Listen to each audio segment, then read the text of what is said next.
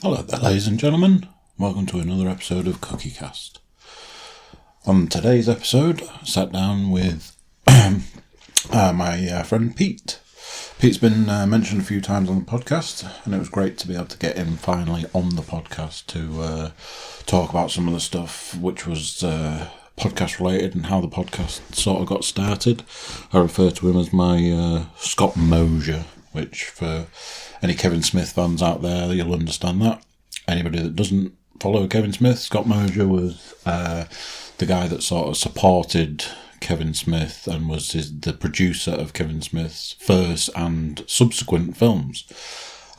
He was kind of the person that spurred me on at various points, gave me help with technical things, advice with what stuff to buy to help get the podcast started, told me all the different things that I use for recording the audio. He advised me where to get the theme tune from, what ways to edit, things like that. So he's been a big help to the podcast. Speaking of theme tune, one of our listeners has actually pointed out that where I've been saying that the podcast has a theme tune, there is episodes that the theme tune isn't there. If I'm honest, I'm not sure how or why that's happened, but I'm going to try and address it, and I will try and make sure that this episode and subsequent episodes have that theme tune on, and then hopefully that won't happen in the future. This episode features me and Pete talking about podcasts and books and all sorts of things. Just a great chat. There's a natural break. We had a quick break at one point, and then we got back to it, and again, as is often the case, we've got another 2-part episode. So this is part 1 of my conversation with Pete, and then we will come back for part 2. I feel this podcast is a little unfinished, because although it is a natural 2-part podcast, it didn't even scratch the surface of the stuff that I wanted to talk to Pete about. And it's one of those that I'm really hoping to get Pete back at some point to be able to get further into the conversation that we've sort of always intended on doing in this time of trying to put this podcast together. So I hope you enjoyed part 1. Hope you tune in for part 2. Hope you like hearing where sort of the origin of the podcast came from. And yeah, hopefully we'll be able to get Pete back to do another couple of episodes at some point. So here it is. This is my chat with Pete, and this is part 1 of the Cookiecast episode with Pete Turnbull.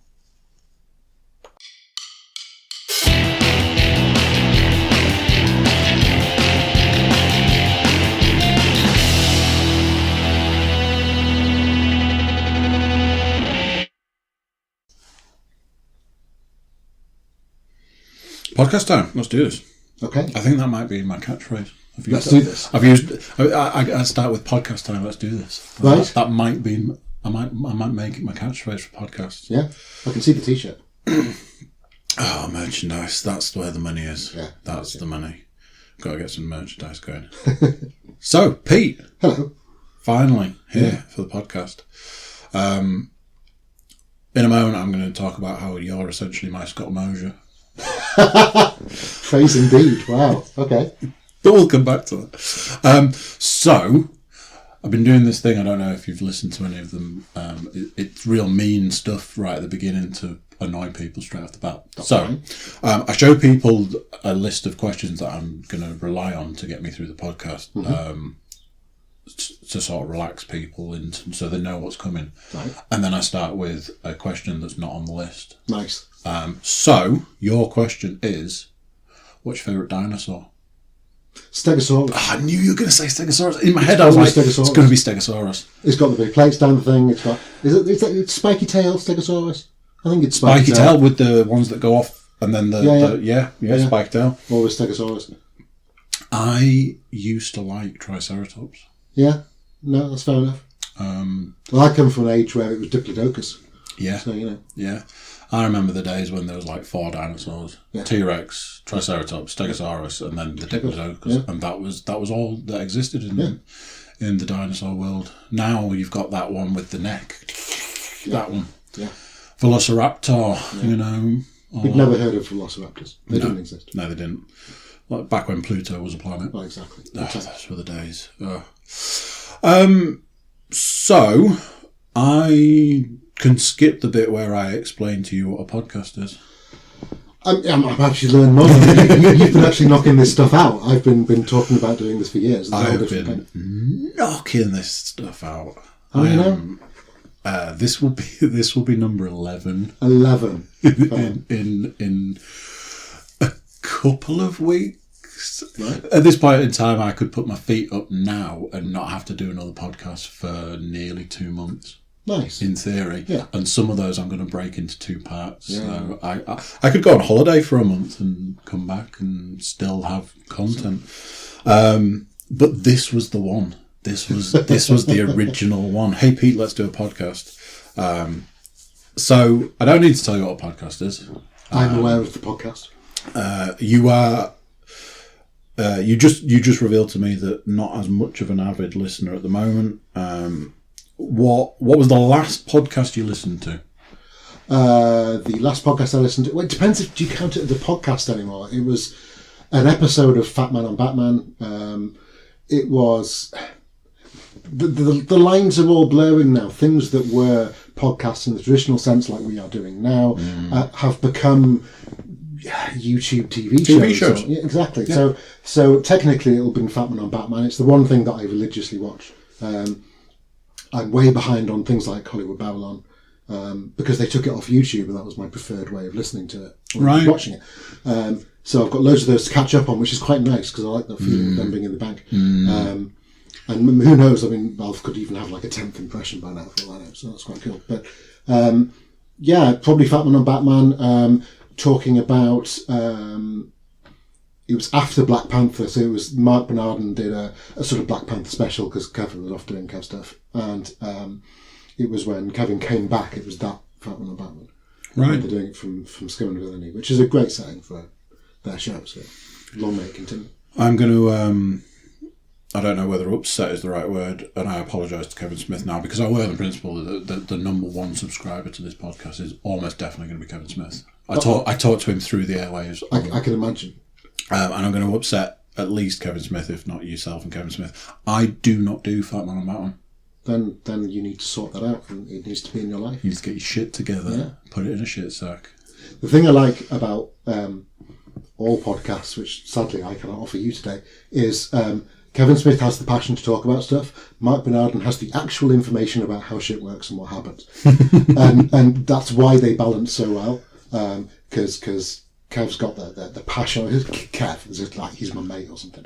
But Kev, but in some way we'll probably end up talking about Kevin Smith. But doubtful. In my mind, in some way, there's a little my own version of Kevin Smith, my friend, is in my head somewhere, you know. But the way they work so well is that. Mark Bernardin was like entertainment editor for the LA Times or something. He knows a lot of stuff about the industry and how stuff works.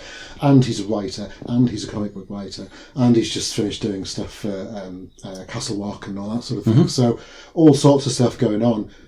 Kevin Smith has always worn his heart on his sleeve and talked about the business. Yeah. Mark Bernardin, for me, is the perfect balance of that because he comes from it from a slightly different place, and he's maybe. If there's one failing I have in Kevin Smith, is that he always goes on about how unsuccessful and crap everything he does is, which is annoying to hear because it's the stuff that you and I know both love. So, that we grew up with. And when I say grew up, I mean we got older watching. It's not like we were watching them as kids so much, but Mark Bernardin comes back with this. He realises all the stuff which make Kevin Smith go, oh my God, you're so smart, you should write stuff. And of course, well, he does. But often Mark Bernardin's picking up on things and nuances of stuff that I wouldn't have picked up on from a certain thing. So Kev's got the passion, Mark Bernardin's got the information and the passion. And I could sit and listen to them yabber on all day. You know.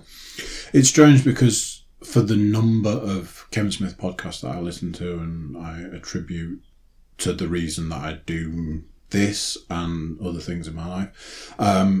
I tried Fat Man and Batman, and I don't know if I hit a particularly bad episode or an episode that I had less interest in, and I tried it again and just went, I already listen to a lot of podcasts. My podcast listening capabilities have been boiled down quite a lot. There are ones that I listen to the odd episode and do not subscribe to versus the ones I have subscribed to. And I think I had to make a choice at one point to which ones I was definitely going to listen to and which ones I wasn't. And I think Fat Man and Batman was on my list. And then when I've changed phones and had to subscribe, I'd not so much subscribe, but say put these podcasts on, I didn't add Fat Man and Batman, and I've had to kind of let that one go.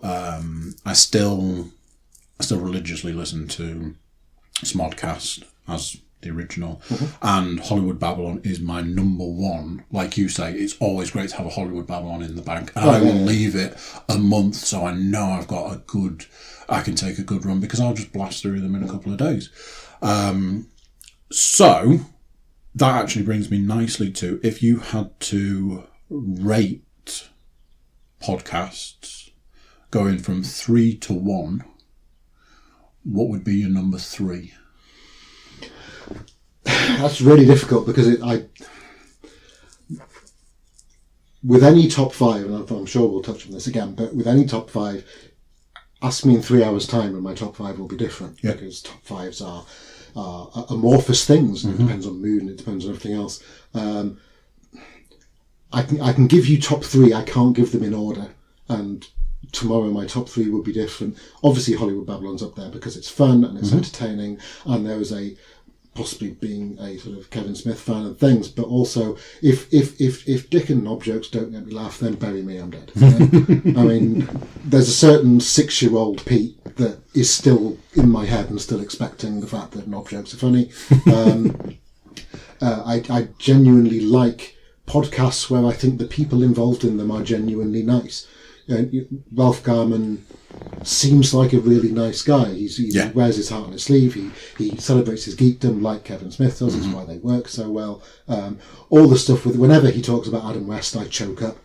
Because there's a man who was clearly, he loved this guy for his art. He did love that guy. And loving someone for their art is a really important thing. So obviously Hollywood Babylon's up there. Fat Man and Batman will be up there. And sadly, one that is no longer with us because, and this again is the lines blurring between different sort of genres of media, it would be the podcast that resulted from the Adam and Joe show on BBC Six Music, which was, they took their radio show that they did, I think on Saturday afternoon or Sunday afternoon, and they cut all the music out, and that was their podcast.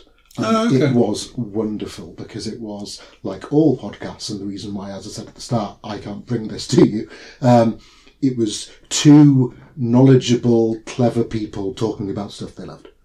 And Joe Cornish obviously wrote Ant-Man and that sort of thing, and so there was did Attack the Block, which is a pretty amazing film, and that sort of stuff. And then Adam Buxton, who is into entertainment and music and comedy and all these other things.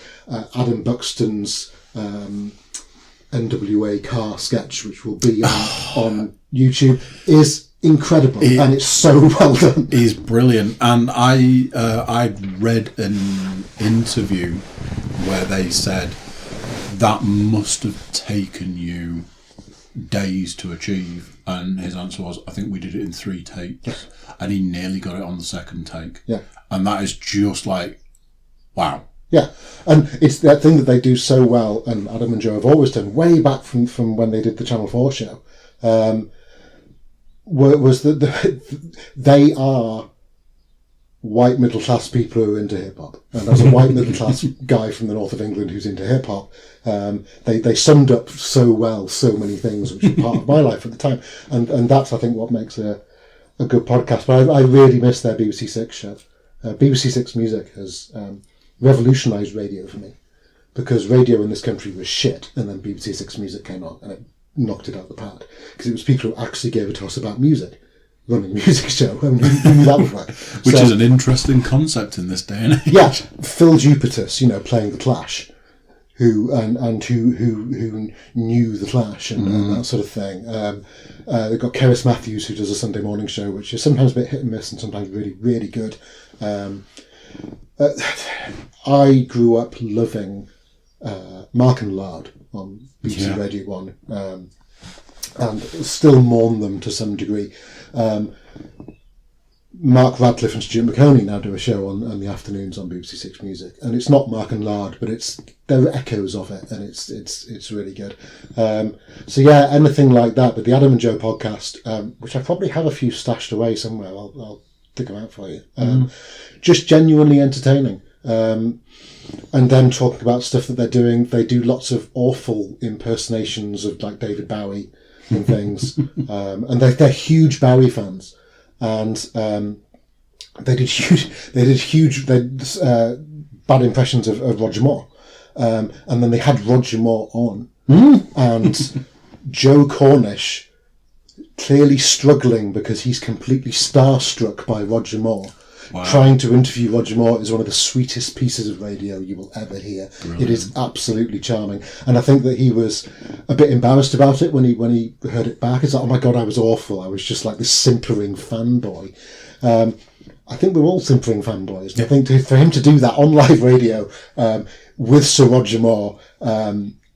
And he really just showed through. It's this full circle. It's back to Ralph Garman talking about Adam West. Yeah. It's somebody who just loved this guy and loved what this guy was, and that he was clearly Roger Moore was Joe Cornish's Bond and that sort of thing. And it's just a really sweet piece of radio. So yeah, that would be my top three. Bit of an extended answer, but there you go. It's interesting because both we were talking about a book which I'm going to talk about later. The Distraction Pieces book. Both Adam and Joe are in the book. The snippets of their podcasts are in that book. Interesting. So that might be something worth having a look through. Right. So something I wanted to address with you quite early on, especially talking about podcasts, is that this is the podcast. You are on the podcast. This has been a long time coming. It has. Something I mentioned at the beginning was that you are like my Scott Mosier, so I attribute three people to the reason that we're sitting here now doing this, and the reason that there is a podcast. I've made no attempt to hide that Kevin Smith is one huge influence on that, because, you know, as I think I've said to you multiple times, I think it's even on the website. Kevin Smith told me I could do a podcast, and unfortunately for everyone else, I believed him. Yeah, and it's one of his strengths. And it's a growing market and that sort of thing. But I believed him to the point that he told me so many times that I went, right, fine, I'll do it. The second person is Leanne, because Leanne will never tell me that I can't. Well, she'll never discourage me from doing something that she knows that I want to do, that I'm passionate about. I think I said to you earlier, as long as I'm not telling her that I want to eat babies and that sort of stuff, then she's like, yeah, okay, you know, that sort of thing. And that, although it doesn't initially sound like it, can be an encouragement. Yeah, of course it is. Somebody that's like, yeah, you know, if that's what makes you happy, sort of thing, you know. So that's the second person, and I could talk about that all day. And the third person, unfortunately for you, is you, in the sense that I was thinking about this for the last few days, and I was like, how will I introduce this part of the podcast? And I was like, Pete's like my Scott Mosier. You are the guy that came along that went, yeah, you keep saying you're going to do it, so when are you going to do it? Because you've said to me, I want to do a podcast. But you're still saying it and you're not doing it. So that is my cookie voice. Yeah. So grab a microphone, plug it into the laptop, and press record. And I was like, okay, I'm going to do that. I'm definitely going to do it. Yeah, you say you're going to do it. And I was like, not so much, well, fuck you. It was more of a, yeah, all right, I'll do it. And you helped me massively through this is how you press record. This is how you then clean up what you've recorded. This is a microphone that you can buy for this much money and it will do the job. This is how you get it out into the world. This is the internet, and it's a place where things live, and you can put something there, and hey, this is how you buy a website. And you did all those jobs, not jobs in such, but you were like, hey, you can buy a website. Me and you were talking online one night, and you're like, you can just buy a website. And I'm like, no. Right, I found you one. Okay. It's this much money. All right. So there. Okay, I've bought it. Now what do I do? Well, now you need to put a website on it. How do I do that? You build a website. It's been that, and I sort of say in my head, Pete's like my sort of Scott Mosier. Well, I appreciate you blowing smoke at my ass, and please continue. But but it's right. There's a few things about that. I mean, if you have friends who are not encouraging you to pursue the things you really want to do, then they're not your friends, and tell them to fuck off. Secondly, all I am doing is paying this forward, right? When I did a career change thing, 20 years ago now, something like that, and I had a friend who I've lost touch with since, sadly, but who fundamentally taught me computers and stuff. And I remember. He was very, very patient about it, and he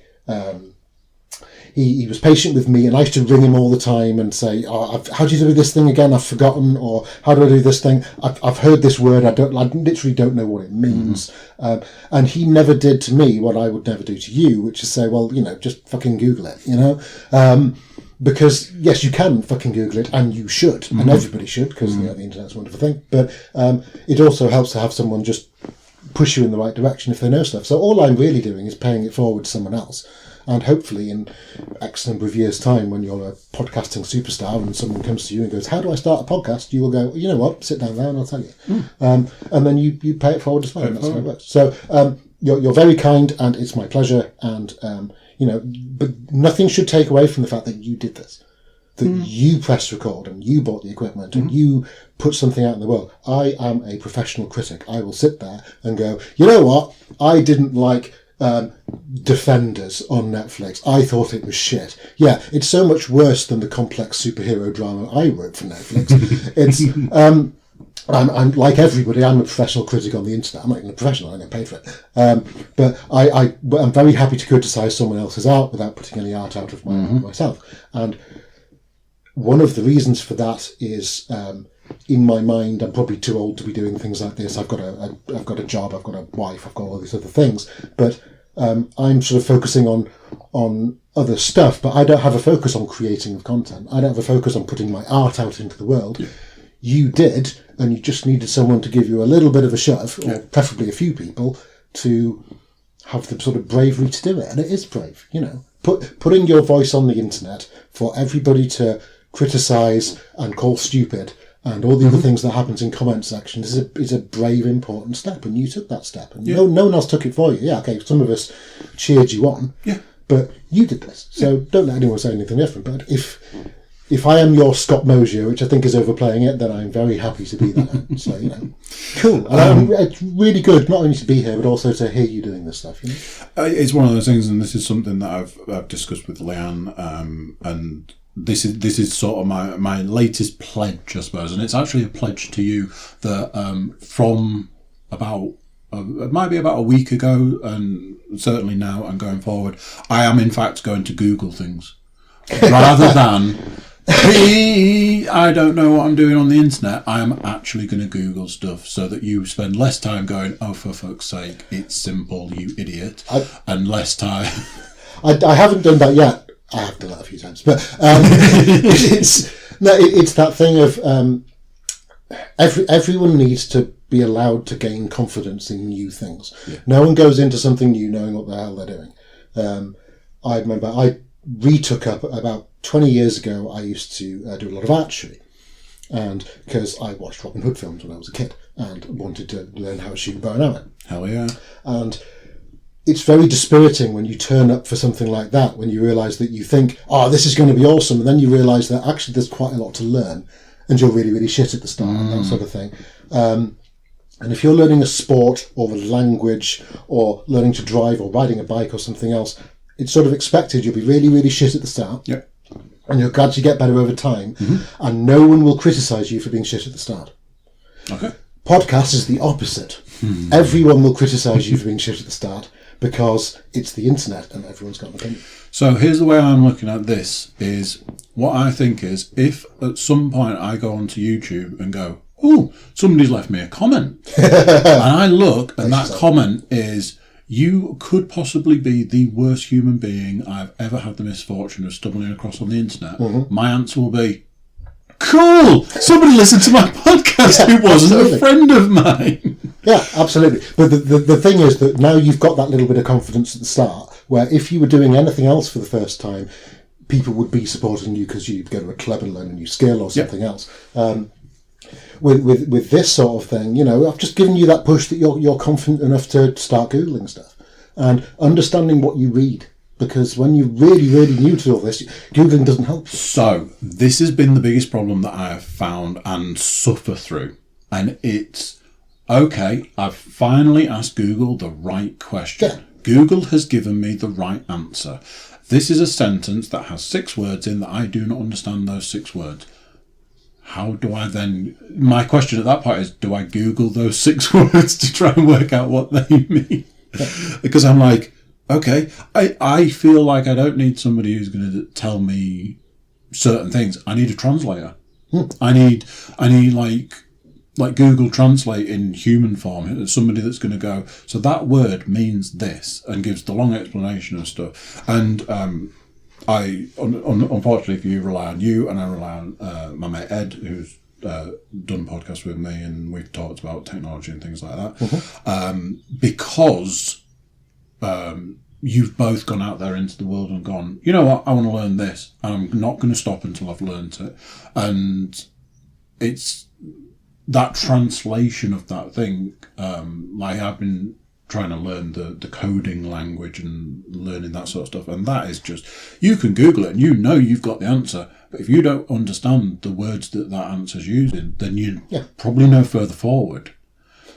And the internet is unhelpful when it comes to that sort of thing. It's like, what mic do I need to buy to do a podcast? Is something you should be able to put into Google, and what will come out is some article someone's written saying, well, if you wanted to set up for the first time, this is what I'm using. But instead, what you get is, first of all, a load of sponsored ads for various microphones, normally for hundreds and hundreds of pounds. Then you get loads of confusing things about people saying, well, I started off with this thing, and someone else below them saying, yeah, well, that's rubbish, you should have used this. And you have no idea which one of those is the right answer, and possibly neither of them, possibly both. You need someone to just sort of, get you into it, and so you're confident enough to experiment for yourself. So at some point, you're going to, buy yourself a mixing desk or set up a studio with boom mics or something else. And you'll probably start off with something fairly cheap, and you'll play around with it, and you'll have confidence enough to do it on your own volition. But when you're really first starting, when I bought, the archery thing. So I did that about 20 years ago, and then I stopped. I moved away from the club I was shooting with, so I just let it all go. A couple of years ago, I started again, and I literally got the bow that I was using out of the loft, and it was in fairly good nick still, and went and learned to shoot again. And about 2 sessions in, after I passed you're not going to kill anyone with this what is essentially a weapon, so you can shoot in our club. And about maybe 2 or 3 sessions in, I approached one of the coaches and said, look, I think I'm ready now to be told all the crap I'm doing wrong that I've forgotten from when I first learned how to do this. They gave me a really, really good session. I would give them a shout out, actually. It was Thirst Bowman, and they were really, really nice with me. And I couldn't stay with them very long because I moved away. But they spent an hour just watching me shoot and give me loads of good advice and said, look, if you want to improve, be thinking about these things, do these things. And at that point, they had given me enough that I could just go on for my own at that point. But they gave me that little bump, and that's what you get in everything except something which is basically internet based, where you are just setting out into the void for the first time. And that those sort of things aren't there. And I don't know if in schools and colleges and things they teach this sort of stuff now. I know they teach how to be safe on the internet and, don't give your credit card to paedophiles type thing, but do they teach, okay, if you want to do media studies, do they do podcasts? I think media studies now is massively different to anything we would have come remotely close to. I know when I looked at media, sort of round college and a few years after that, it was very limited. You know, you might make a short film because they'd give you a camera and some sound equipment, and there you go. Now it's media as a whole. You'll write a newspaper article that you'll read on the radio, that you'll convert that radio show into a podcast, that you'll then put onto a website on the internet, and then you'll publish it to YouTube and turn it into a video on there, and then you'll make that video into part of your movie. But I hope for creators like yourself, they're also teaching them to understand how to get value out of a comments section. Yeah. You know, how to get rid of the people who just say, oh, you're shit, you're the worst thing I've ever heard, and be able to take what is probably extremely abusive and not very constructive criticism and turn it into something which improves your art, because filtering through the crap that you get by throwing your creativity directly onto the internet like you're doing is a real skill in itself. Yeah, I mean, this podcast will have a section at the end where I talk about the podcast that we're doing today, and I will then throw out a load of, hit us up on Facebook, hit us up on Twitter, and send us an email. But that spiel I give it is, tell us what we're doing well, and tell us what we're doing badly. Tell us what you like, and tell us what you don't like. Tell us what you want to hear more of. Tell us what you want to hear less of. And when I say those words, in my head, I hear somebody is going to email you and go, "I really like your podcast, but can you get rid of that cookie guy?" No, I can't. And I'm going to be like, yeah, okay, I guess I can get someone else to do it. You're going to get someone saying, I never want to hear that guy on your podcast again. He's a dick. Yeah. You know, you're going to get all that stuff. I think the thing that I'm very conscious of with all creative people is that you've got to be doing it because you like the process of creation and throwing stuff out there. If you're doing it to be accepted by the internet, you're going to fail, because the internet is a very unaccepting place. You know, you've got to do this because you like doing it, because you think that other people might be interested in it, and you want to throw something out there that's a piece of you out into the world. So in true Kevin Smith fashion, I'm going to yet again give the reason that I'm doing my podcast, and that is because I love podcasts, and I spent a lot of time in my working life and outside of my working life in that spending time talking to people that I find really interesting. And I listen to a lot of podcasts, and then I spent my time talking to a lot of people that I found really interesting, who were incredibly passionate about what they were talking about. And over time of that saturation of podcasts in my head and the conversations I was having, it was like that eureka moment where I went, oh my God, I'm doing what I'm listening to. So why don't I try and push that further forward and push it out into the world?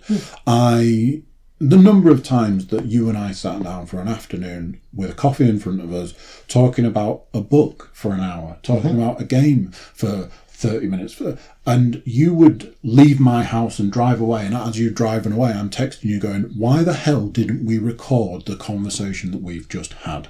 Because that is what I've just listened to yesterday on a podcast. Everything we spoke about, I was listening to.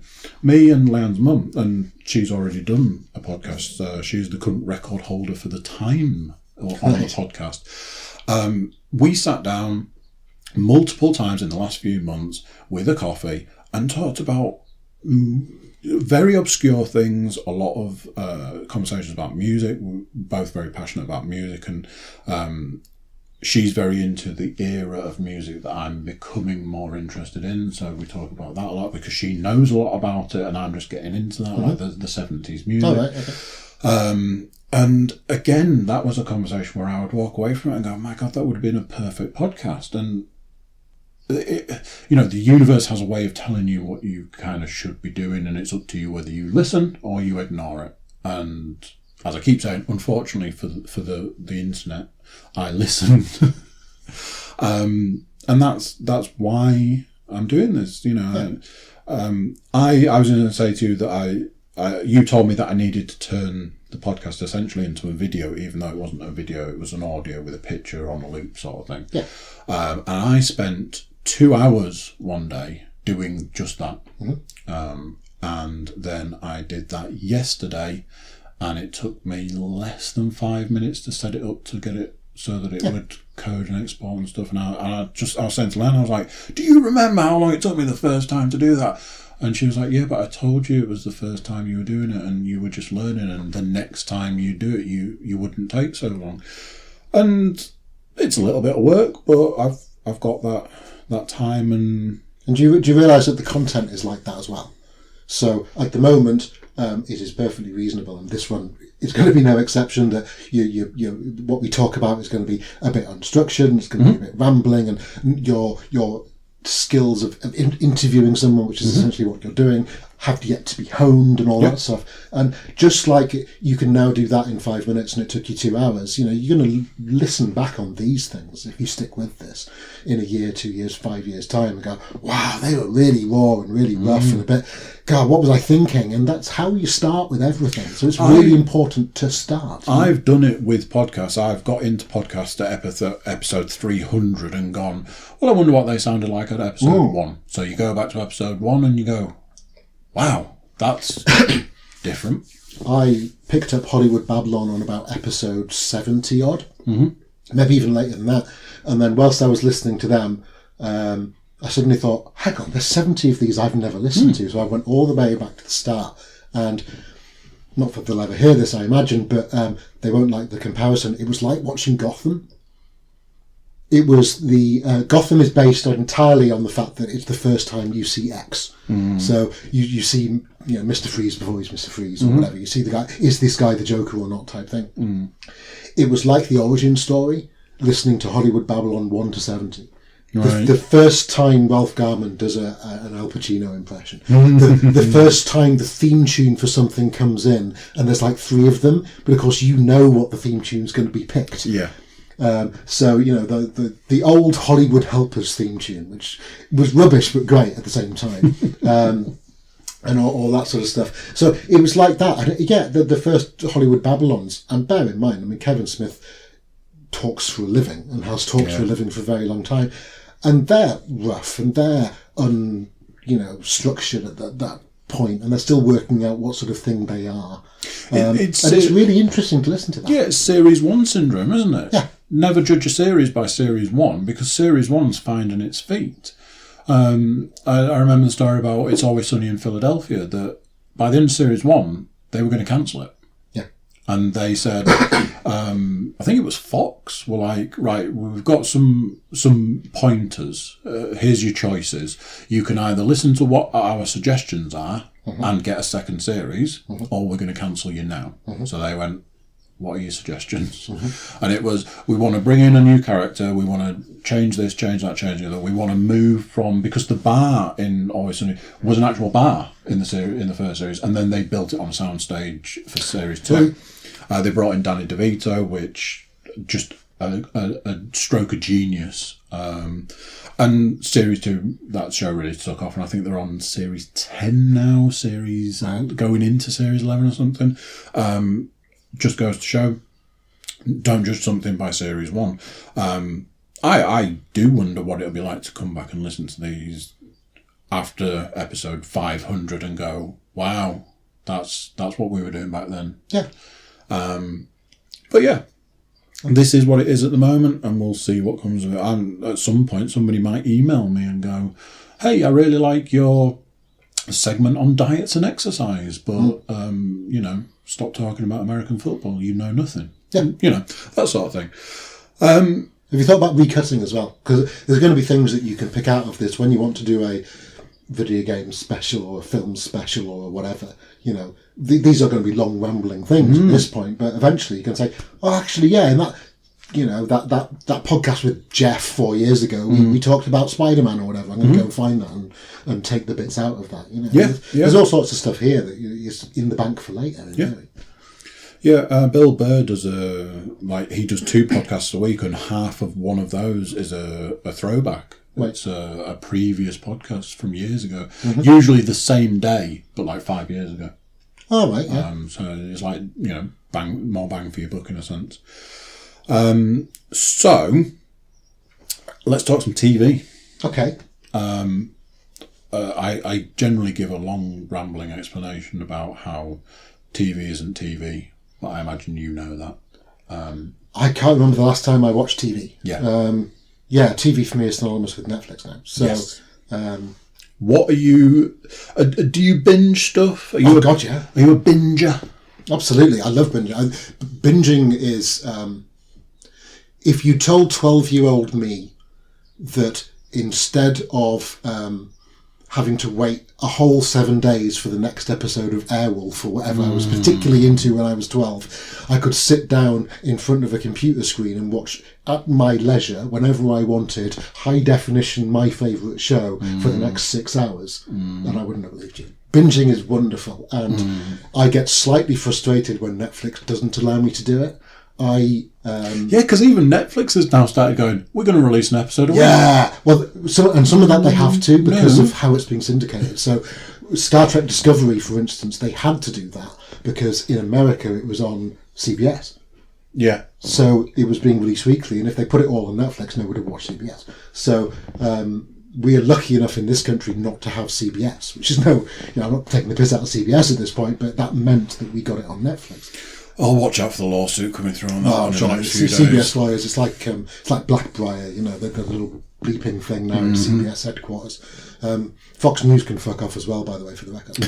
But anyway, so I do binge watch. As of 1:30 this morning, I finished binge watching Jessica Jones. Try that again. Jessica Jones, season 2, which was great. I am, as you already know, not a massive aficionado of superheroes.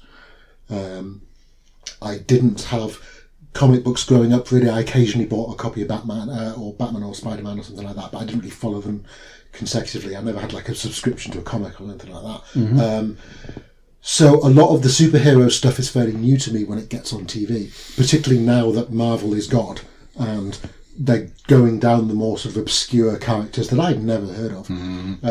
I really like Jessica Jones. Jessica Jones is unique for me because she doesn't have a secret identity. She's not really asked about being a hero. She just wants to do her job. She's traumatised and fucked up and interesting because of that, because in some ways, a lot of us are traumatised. And a massive alcoholic.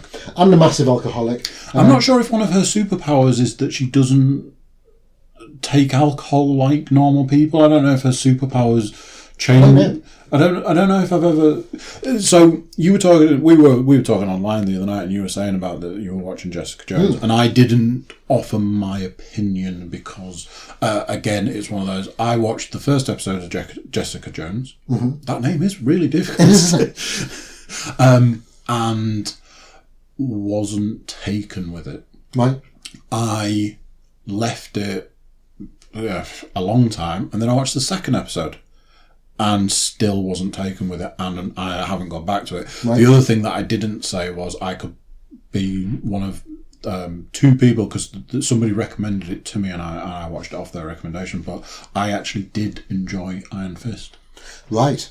Controversial. My brother-in-law recommended Iron Fist to me, and I went, but it's had awful reviews. Everybody said it's rubbish, and he's like, yeah, it's not. It's really good. And I'm depending on the recommendation I get, I'll watch the first episode. If I am even remotely interested by the end, I'll watch the second episode. Right. And I watched all of it. I also enjoyed The Defenders. I didn't mind Defenders. I thought Defenders was all right. I didn't watch Iron Fist. I couldn't help noticing that in The Defenders, Danny Rand was not maybe as prominent as the other 3. I'd seen the reviews for Iron Fist at that point. Jessica Jones, I give a shit about the characters in it, and I think that's all you really need for a superhero thing. Yeah. I find them interesting. I forget what his name is, but her sort of sidekick, the guy who works in her agency, he's genuinely interesting because he's like a recovering addict, and he's in many ways the person that she truly saved, and yet she treats him like shit. Interesting. I found the first season quite hard going because the Kilgrave, the bad guy, because of what he can do, it's pretty unpleasant. It's very rapey. I have big problems with rapey. I know most people do. It was hard watching. This season is far more about killy rather than rapey, which is easier for me to handle. That's a whole other podcast in itself. But Yeah, I enjoyed it. I was interested that certain people didn't turn up, because I also watched Luke Cage and really liked Luke Cage, mainly because Luke Cage was just cool as hell. Yeah, I really enjoyed Luke Cage. From the soundtrack to the style to him as an actor, it was just so slick. You know? Any show that goes, here's your bad guy, and this is a bad guy, and he's real bad, and now he's dead. Yeah, and you know that the series isn't over. He's got a good few episodes left. It's like, yeah, we killed the bad guy. Yeah. Okay. And I again, Luke Cage, a comic book. Sorry, spoiler. Go on. Oh yeah. They win. Spoilers. His boost. He's a superhero I'd never heard of. I'd heard of Daredevil, but mainly from the Affleck films back in the day, which I'd never seen. I was aware of Elektra for the same reason, and because I used to have a big thing for Jennifer Garner. But yeah, so Jessica Jones I'd never heard of, Luke Cage I'd never heard of. Just interesting stuff, you know, and a bit more human in their superhero-ness. Yeah. I've always had a big struggle with Superman, because he just seems a bit one-dimensional to me. I mean, he's the strongest thing on the face of the earth. I was going to say his kryptonite is kryptonite, but then I was like, whoa, that. It's factually accurate. The fact that his down, you know, the thing that can hurt him. There's very little evidence other than when he is killed by it that it can kill him, and it's proper, like they have to drive like a stake through his heart made of kryptonite. Yeah. He's essentially allergic to kryptonite. Yeah. Other than that, he is the strongest thing in creation, and he has powers that we don't even know about, because each incarnation of Superman reveals some other power that we never knew he had. Right. There's like points where his like he can see in so many. He's like Predator. He's got so many different types of vision, and stuff like that. Yeah, Superman. It's the Injustice principle. Injustice, the games, Injustice 1, Injustice 2, all of the DC characters, it's a fighting game. Oh. And one of the characters you can choose is Superman. Oh, so he wins that. So he wins. But then they went, no, because we made all of the other characters as strong as Superman and made Superman less strong. So he's not Superman. So, no.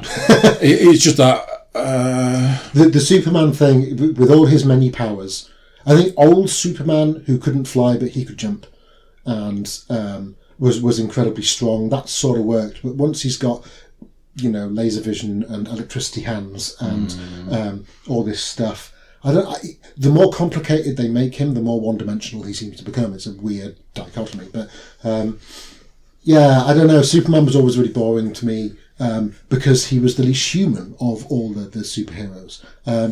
Batman as well. How much can I empathise with a billionaire playboy with daddy issues? You know, I've only got the daddy issues. I don't have the money to do the Bruce Wayne thing. I don't fully understand how Tony Stark and Bruce Wayne are different. I know they're DC and Marvel, but they're basically the same. They're basically they're inventy people who have infinite cash. That's their that's their superpower. They're less interesting. An alcoholic detective who happens to be really strong and possibly has other powers she doesn't really understand. It's just somehow more interesting to me. I don't know why. Because it's more realistic. I think there's certainly more empathy. I think that's what's come out from what you've been saying there. You know, Luke Cage is set in a more realistic world. Jessica Jones is a more realistic character. Although you've got your Daredevil and your Iron Fist, if you want to go that far, you know, they're more realistic while still being superheroes. Daredevil is blind, but he can see. That's his superpower in that sense of, you know, he trained to be good at martial arts, but other than that, he's you know, quote unquote blind, but he can see. And I'm assuming he can see better than a seeing person. Otherwise, that's not a superpower. Yeah, so he's basically a bat. He can he uses some kind of all his other senses are super. Yeah. And he can tell if you're lying because he can hear whether your heart's beating faster or not. So that's sort of like various parts of his powers. But at the end of the day, he can see and can fight well. Right. Another series that I struggled with was Daredevil. I've had friends recommend it to me. I watched the first one. I get the sort of the premise of it. I found it uninteresting. I think that the drama is more important to me than the superhero, the superpower. I have to give a shit about the people around the story. You know, the people surrounding Jessica Jones are fundamentally interesting. Trish or Patsy, depending on which name she's using, is the sister who's jealous of the superhero. Because she is she's a media person. She has a radio show. She was like a child TV star, and she's used to being the centre of attention. And her big struggle is the fact that Jessica Jones, being a superhero, is now centre of attention. Right. But she is a fading starlet who has sort of a talk radio show in the afternoons that deals with, you know, what hat I should wear for this season and whether pop socks are in or out. And so I think she eventually, as well, from what I understand, it sort of becomes a superhero. Right. She becomes like Wildcat or something. Right. But at which point she'll probably become less interesting to me. But as the human being coping with the fact that someone else is a superhero, that's an interesting thing. It's the standing next to greatness thing. Yeah, and it's the whose story am I more interested in? The guy who can fly and has supervision and laser eyes, or the people surrounding that? The people running away from the building in Batman versus Superman. I'm more interested in them than I am in Batman or Superman. You know? Because Batman, I like everybody because whether it's Adam West or Michael Keaton, were my childhood Batmen. Yep. By Val Kilmer, I'm sort of done with it. But you know, I sort of understand Batman. I know everything I need to know about Batman. What I don't know is, how does Alfred feel about all this? I'm far more interested in Alfred. You know, it's one of the things that, I mean, Gotham gets panned. The one thing I really like about Gotham is what they did with Alfred, who's this ex-SAS fucking guy. Alfred is badass in Gotham. Nice. You know? He's ex-Special Forces. He teaches little Bruce to fight and look after himself. And he's the father figure to him. And he brings him up and he gives him his moral compass. Obviously not overly successfully because he grows up to be Batman. But even so, you know, he gives him some moral compass. He stops him being evil because he's such a strong paternal figure. I'm much more interested in Alfred than I am in Batman. I'm much more interested in the people around Jessica Jones than Jessica Jones herself. Even though Kirsten Ritter is brilliant. You know, she's really, really good. I only really know her from Breaking Bad. Yeah, I was going to say Breaking Bad, she was great in that. Yeah, and it's arguably a somewhat similar character in some ways. They certainly look the same, but they are such a cheap guy. But they're you know, they're the same sort of damaged, addicted, you know, fuck ups, and that they're interesting. You know, I don't really care about the superheroes so much, and I wonder whether that's because I didn't grow up reading comics and getting invested. I'm a little bit, I suppose I'm a little bit opposite in a lot of those things. I grew up with comics, as you know. My father gave me 6 issues of 2000 AD. Right. So at a very young age, I'm reading Judge Dredd. It was like, I'm not sure what I'm reading. It's brutal. It was. It's not a child's comic, is it? No, it is not. I'm not sure. I imagined that my mother would have had something to say about it if she really realised what was going on. And there was this whole thing about this poster and some stickers. And that was my introduction. And it was not forced upon me. It was you will get comics. So here's a comic, and then I don't remember the first Batman I read. I don't remember whether I was given a Spider-Man or something like that. But for me, I was big into Batman. Batman was the superhero for me because he wasn't a superhero in a world that had Superman, Green Lanterns, and people with superpowers. His superpower was that he, other than the money, was that he was intelligent. He was smart. He world's greatest detective. I know you and I have been in a conversation recently about the lack of him being a detective. But there are points in time where it talks about him being the world's greatest detective. There's a couple of stories that really stand out about him being more the detective than the superhero or even Batman. But I did grow up with superheroes. I had a lot of comics. I had the graphic novels, the cartoons and stuff like that. So yeah, you know, Batman was my superhero. Right. So yeah, you know, I always enjoyed hearing about superheroes from other people. That was the weird thing. I shared a house with a chap called Davey. He was a big comic book fan and had his bedroom a bit like John Cusack in High Fidelity, but the comic book version. Everything was on chronological order in shelves. He had his comics in autobiographical order of when he got them or got introduced to them, or times in his life he was reading these comics, and they were all in like plastic envelopes and stuff. And these were things you didn't touch, bagged and boarded. Absolutely. And he used to tell me sort of the story arcs. So I remember him telling me about. We used to work at the same bar, and it was dead. It was I can't remember what it was called. It was a pub in the middle of nowhere in this little village, which we had to walk 4.5 miles to get to, and it was always fun in the winter. But we get there, there'd be no one there, and so he'd say, right, okay, right, I'm going to explain to you how Spider-Man, Venom, and Carnage. Nice. For the next 4 hours, I'm going to give you the basic story arc of how we get from Peter Parker to Carnage. Nice. And he would explain this stuff, and it was generally interesting because it's that storytelling. You know, I'm obsessed with storytelling, so it's this.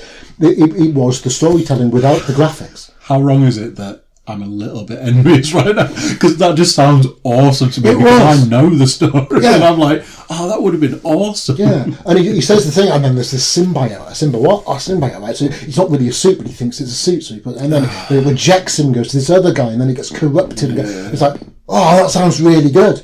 But the prospect of me going, okay, well, can I read these things? Yes, here's 25 years of Spider-Man. Start with this one. Is too much. Yeah. I read a graphic novel recently about how the symbiote was from a world that they all lived on this world, and that's how it came to this planet. But they basically sent him to a psychologist who cured him of being evil, right? And then turned him into, because there's Agent Venom, right? And Venom, so far down the line, became a proper good guy. And then, in one of the most recent versions, like the current Venom story, the symbiote was attached to a criminal, and he hated it. Right. He properly hated it, because this guy was a bad guy, a bad dude, sort of thing. And by this point, the symbiote was a good guy. And hated every aspect of being attached to this guy who wasn't a good guy. But then I read this stuff that said that the current incarnation wasn't going over very well, so then they just brought Eddie Brock back into the story. They're like, hey, here's Eddie Brock, and the symbiotes jumped to him because he's slightly better than this bad guy. Right. But yeah, that sounds awesome. And so Davey would very patiently tell me these stories, sometimes more than once as well, because once I'd heard these things, like, tell me that thing about how Carnage basically kills the entire world. And he'd do other things. He did try and explain Infinity War to me, not overly successfully, it has to be said. But I'm not invested. I think the point I'm trying to make is that if you can get rid of the Disneyfication maybe of comic books, there's some amazing storytelling behind these things. Yeah. But to me, they're gated. I can't get into them because I've got to go back and read 30 years of Spider-Man or something like that to appreciate the nuances that they're dropping into stories now. It's like a daytime soap opera where, I'm going in at year 32. Batman, the Court of Owls has been one of the most recent series that's really stood out for me, and I think it's like 30 issues, which if you think about how big a comic is, I think that they put them into a series of graphic novels, and I think there was only so many, and it was this story, and Batman doesn't do too well in that story because the Court of Owls, it's like they're a bit like the Illuminati. They've been throughout all of history, and they're pulling the strings behind the curtain kind of deal. But that was a really interesting Batman story. But yeah, I get the hey, to learn about this one character, you've got to go back 10 years and start at the beginning. Yeah, and where people talk about, let's talk about Red Rain in a second, but when people talk about The Flash, which I've never watched, never read, I haven't seen Justice League, and there's like multiple Flashes, and it's not, and there's something about, there's various different timelines and parallel universes and all sort of thing. Not invested in that sort of thing. So when Davey would tell me these things, and I said, look, I appreciate I'm not allowed to touch your comics, because, you've made that clear. And I can't go out and even go to a library or to somewhere else and find Batman, because issue 1 of Batman is worth like 40,000 quid. So, and they've never reissued these things for whatever bloody reason. So, okay, how do I get a self-contained thing? And he went, he was flicking through his things, going, okay, you're allowed to touch this one, and he gave me Red Rain. Right. Which is a completely self-contained thing. It is. And I read it, and I enjoyed it, and I think it's the only comic I've read, and that's about to change. I'm about to double the number of comics I've sat down and read as a grown-up. Nice. But yeah, so Red Rain will be one of them, and the other one will be the one that you bought me for my birthday. So they'll both be Batman comics, rather weirdly. For someone who's just said, I'm not invested in DC. Man, I really don't do the Batman. Yeah, I don't really do DC. I'm not really into it. I followed a lot of the Marvel stuff because it's all been on the Marvel resurgence of TV and cinema. Yeah. Of course, we've all been swept along with that to some degree. But yeah, it'd be slightly ironic that actually it'll be 2 DC comics, which will be the comics I've actually read. I mean, to fall in with your irony there, if somebody said gun to your head, DC Marvel, I'd go, oh, I'm definitely a DC guy. I was showing you my Marvel tattoos earlier. Yeah. It's that kind of, yeah, I'm definitely a DC guy, but I do like these Marvel characters. So I will come back and tell you what I thought. Do you want to say what you got me, or should we leave it for now? I don't know. Go for it. Is Batman Returns? The Dark Knight Returns. Dark Knight Returns. I always get it mixed up between Superman Returns and Dark Knight Returns, which again is interesting. I've heard Kevin Smith and Mark Bernardin talk about it. I've heard about various other people talk about it. I've heard about you talk about it. It sounds interesting to me because it's a humanised Batman again. Yeah. It's about a guy who's, he comes out of retirement. He's a late middle-aged or old man. His his bones aren't working. He's not as strong as he used to be, and it's the human story again. I don't want to do this thing, but I sort of have to. And let's not forget, it's the book that made Batfleck. Yeah.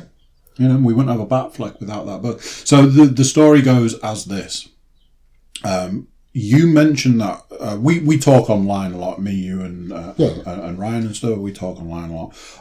And me and Ryan got into hey, you should read this, you should read that. It was all comics and stuff, and trying to do the job of the guy that you were just talking about, sort of saying, you don't know this superhero, but they're cool because of this story arc and that. And we had a long conversation about that. And you mentioned that book. And I was like, I could probably dig you out a copy of it, whilst at the same time going, once I get up into the loft without any ladders, find the massive box that's up there, to open it, to go all the way through it, to go, well, it's not in here, and then to go, where the hell's that? And then I'd have to go down there, there's some down there, and there's some downstairs, and try and dig it out. So I then looked online to see about getting you a copy of it. Unfortunately, at that point, it was hey, you can buy this copy from original printing from 30 years ago, and you can pay a lot of money for it. And I was like, I don't want to do that. Yeah. And the one I found it said that it wasn't in the best of conditions, and I was a bit like, I ummed and ahed. When I was in Edinburgh, I went into Forbidden Planet, and they had the 20th anniversary edition of that book. Right. And I went, oh, that's the book I was going to get for Pete. Flipped it over and went, you fucking what? Because how books print the price on the back of the book? Yeah, when then the shop that you're trying to buy it from has put a sticker next to that, and they wanted exactly twice as much. And I'm like, Wow. maybe covered the original price up. So I was like, and then I found that they'd released the 30th anniversary edition, and because it was a new edition, it had new edition prices. So when I'm going to get this. So you got a little chunk of the bonus I got paid. Well, I appreciate it. I'm really looking forward to it as well as a medium that I don't normally go into.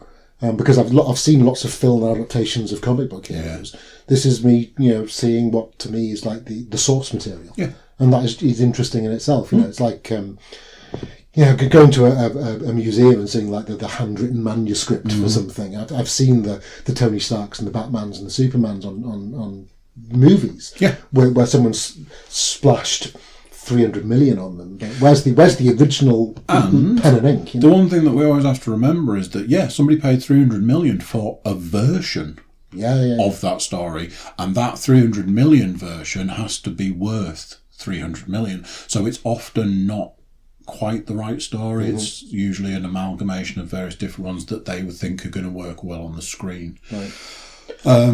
Could we pause for a minute? We can pause for a minute magically. If I can find my cursor, one pause. So there you go. What do you think to that? Part 1 of my conversation with Pete, done and in the bag. Any good? You like where that's going?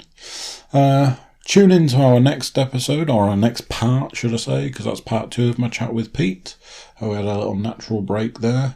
The theme tune music info is, as always, in the description and will hopefully be on this podcast. Hopefully we've got the bugs worked out in that one. And as always, go to thecookiecast.com for all of our contact info. Give us a shout, tell us what you're liking, what you're not liking, what you want to see more of, and what you want to see less of. Obviously, if you want to see less of me, then that's probably going to be a bit tricky. So tune in to part 2 very shortly, and until then, bye-bye.